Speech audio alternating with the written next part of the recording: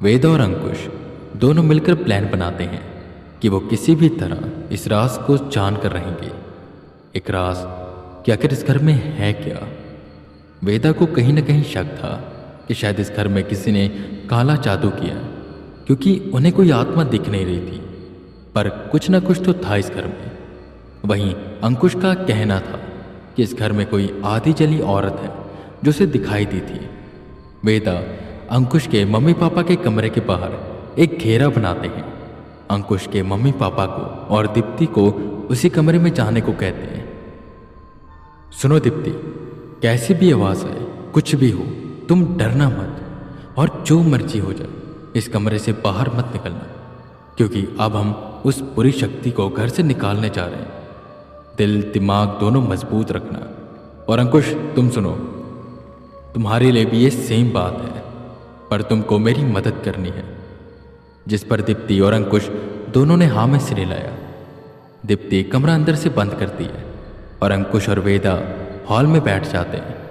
अब तक रात के 12 बज चुके थे। जानते हो अंकुश, रात के 12 से 3 ये जो आत्माएं होती हैं अपनी पूर्ण शक्तियों पर होती हैं, बहुत ज़्यादा शक्तिशाली हो जाती हैं।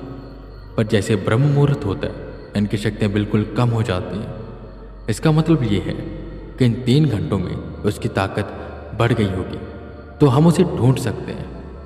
अंकुश, हमारे पास बस 3 घंटे हैं, तुम यहीं पर बैठे रहो, एक बार मैं देख कर आता हूँ कि आखिर एनर्जी कैसी है। इतना बोल वेदा उठे और घर में चक्कर लगाने लगे, जहाँ उन्हें बहुत सी जगहों से नेगेटिव एनर्जी सेंस हो रही थी। उनके पीछे पीछे कोई आ रहा था। वही अंकुश वहाँ हॉल में अकेला बैठा हुआ था और वो भी सोच रहा था कि आखिर यहाँ पर हो क्या सकता है, कि तभी उसे दीप्ति के चिल्लाने की आवाज़ आती है। पर यह आवाज़ छत से आ रही थी।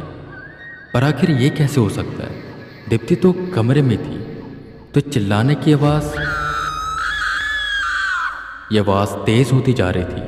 अंकुश सीधा छत की ओर भागा और जैसे वो छत पर पहुंचा तो उसने देखा छत की बाउंड्री पर दीप्ति खड़ी है और वो बस कूदने वाली है। दीप्ति, तू यहाँ पर कैसे आ गई? वेद अंकल ने तो कहा था ना तुझे कि तू कमरे में रहना, और ये क्या कर रही है तू? दीप्ति एकदम से नीचे कूदी, जिस पर भागते हुए अंकुश छत के किनारे पर आया और नीचे की ओर देखा, पर नीचे कोई नहीं था। तभी उसे एहसास हुआ कि इसके पीछे कोई है। वो एकदम से पलटा तो उसके पीछे वही आधी जली औरत खड़ी थी। वो अंकुश को धक्का देने वाली होती है कि अंकुश अपना हाथ आगे करता है खुद को बचाने के लिए, और उसी हाथ में वो कलावा बंधा हुआ था, जिसे देख वो जोर जोर से चिल्लाने लगी। ये बात सुनकर वेदा छत पर आई। अच्छा, तो तू है पिशाचनी, तू अब नहीं बचेगी। इतना बोल वो उसकी ओर भागे कि एकदम से वो छत में समा गई और गायब हो गई। पक्का ये नीचे गई है, चलो नीचे चलते हैं। और सुनो, इसके जाल में मत फंसना, ये तुम्हें ऐसी चीज़ें दिखाएगी जो सच नहीं होगी, और उससे तुम भटकना मत। चलो नीचे चलते हैं। वो दोनों नीचे पहुंचे तो नीचे कोई भी नहीं था। वेदा और अंकुश दोनों ही परेशान थे। अंकुश, मुझे लगता है कि ये कोई प्रेत, पिशाच या भूत नहीं, ये कोई और ही चक्कर है।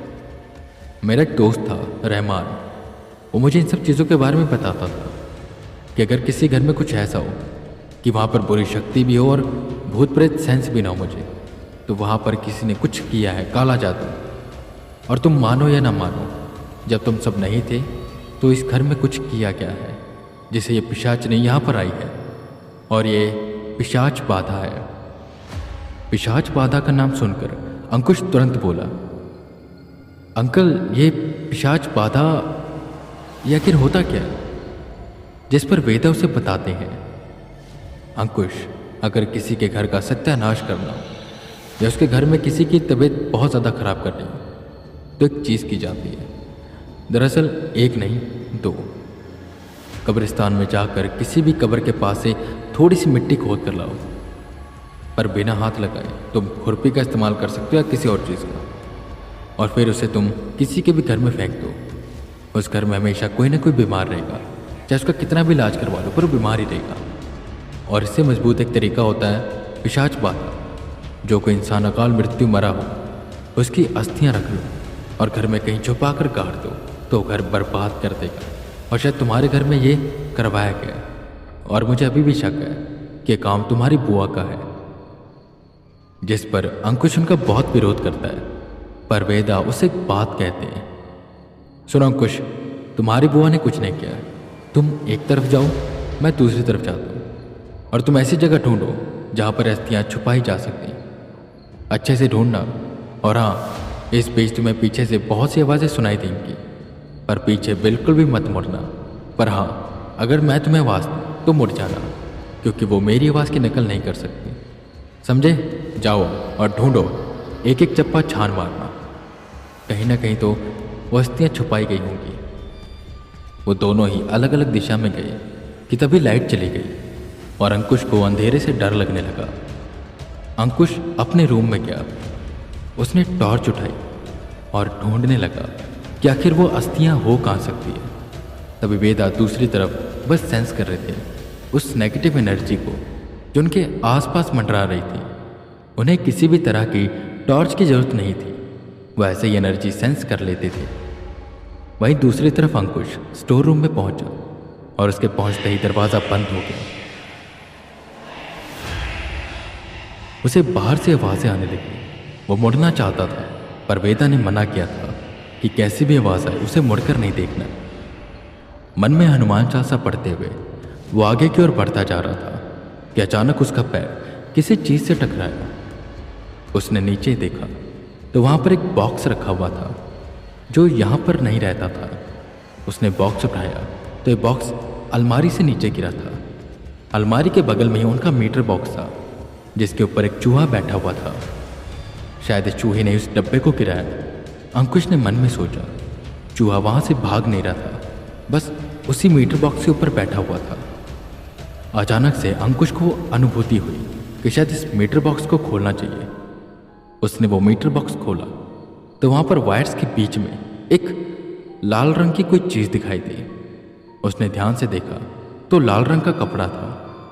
उसने उसे बाहर निकाला तो कोई चीज़ थी जिसको उसके अंदर बांधा हुआ था। तुरंत वो वेदा के पास पहुंचा। वेदा ने उसे छू कर देखा तो उसके अंदर सच में अस्थियां जैसा कुछ लग रहा था। उन्होंने बिना उसे खोले गंगा जल में उसे डाला और मुक्त किया, और उन्होंने अंकुश के परिवार को पिशाच बाधा से दूर कर दिया। पर एक राज अब तक राज ही रह गया कि आखिर वेदा को यहाँ पर बुलाया किसने था, और वो कौन था जिन्होंने उसे पैसे दे दिए थे। क्योंकि ना तो पैसे अंकुश के पिता ने दिए थे, ना अंकुश ने दिए थे, तो कौन था वो? कहीं ना कहीं वेदा को भी और अंकुश को भी लगता है कि शायद ये काम हनुमान जी का था, या एक तरह से उनके किसी मैसेंजर का, जिन्होंने वेदा को उसके घर में भेजा। खैर, जैसे भी अंकुश और वेदा ने मिलकर उस घर को पिशाच बाधा से दूर करवा दिया था।